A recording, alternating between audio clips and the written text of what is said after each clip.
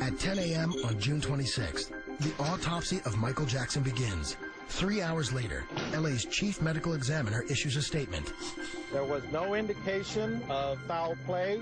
The medical examiner has ordered additional testing.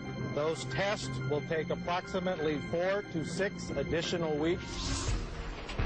With all signs pointing to a prescription drug overdose, the focus remains on Michael's private physician, Dr. Conrad Murray, who is still missing. The reason why they were unable to find Dr. Murray is plain and simple. Murray was already contacting lawyers to represent him and to plan his strategy. The following day, Murray and his lawyer agree to meet privately with detectives to give his statement. He laid out everything that had happened, not just that day, but in the 6 weeks leading up to Michael Jackson's death. He said that Michael Jackson had told him that he regularly used propofol and needed it to fall asleep.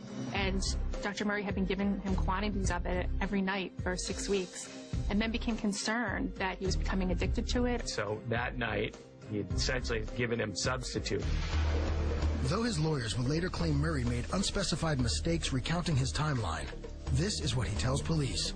Starting at 1:30 a.m., he gave Michael a Valium. 30 minutes later, Michael was still awake, so he administered the sedative Ativan via IV. For the rest of the night, Murray alternated between doses of Ativan and another sedative, Versed, every few hours. Still, nothing worked. And then at that point, they had said that Michael Jackson asked for what he called his milk. And at about 10:40 that morning, after much begging and pleading, Dr. Murray had relented and given him a dose of propofol. Murray says he gave 25 milligrams diluted with lidocaine. It went straight into Michael's IV, and finally, he fell asleep.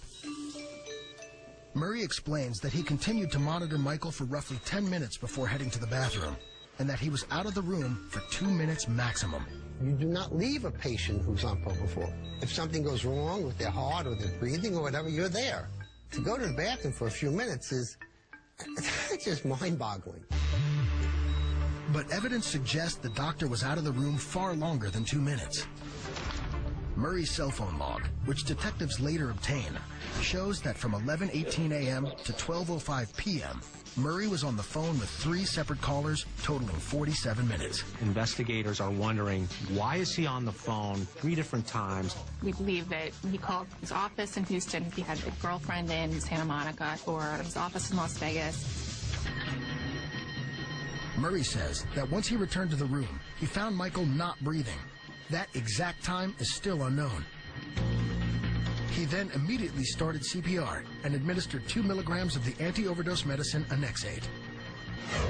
Annexate counteracts specific drugs by blocking the brain receptors they affect, allowing those receptors to return to their usual state. When successful, sedation is reversed and the brain resumes a normal level of activity and consciousness. Unfortunately, the drug didn't work on Michael. Murray's lawyer said that only after doing 25 to 30 minutes of CPR did the doctor run to get assistance. Somebody call security! Call security! Once staff members arrived, 911 was finally called. He's not breathing. Other than the time that the paramedics came, who knows what was going on in that bedroom. There's some things here that don't add up. His argument was that nothing was given to Michael that would have killed him. He didn't do anything wrong.